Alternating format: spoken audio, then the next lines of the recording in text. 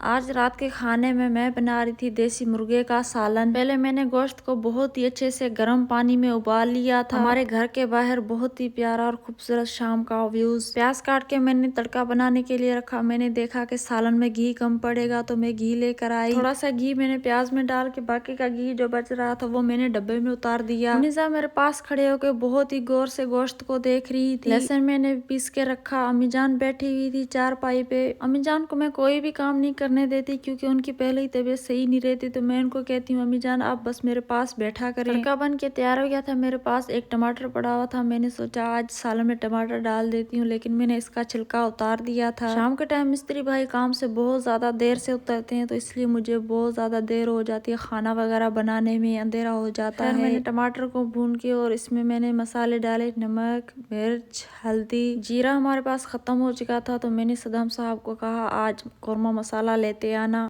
मसाले डाल के और इसमें मैंने थोड़ा सा लहसुन का पेस्ट डाला। निजा मेरे पास खड़ी होकर कह रही थी अम्मी जान आज तो सालन मैं आपको बनवाऊंगी। उसे तो आग वगैरह का खौफ ही नहीं होता कि मैं जल जाऊंगी या कुछ होगा मुझे। मसालों को भून के और मैंने इसमें गोश्त डाला। गोश्त को बहुत ही अच्छे से भुना। इतनी देर में जाके कपड़े लेकर आई। अल्लाह पाक आप लोगों को खुश रखे, आबाद रखे।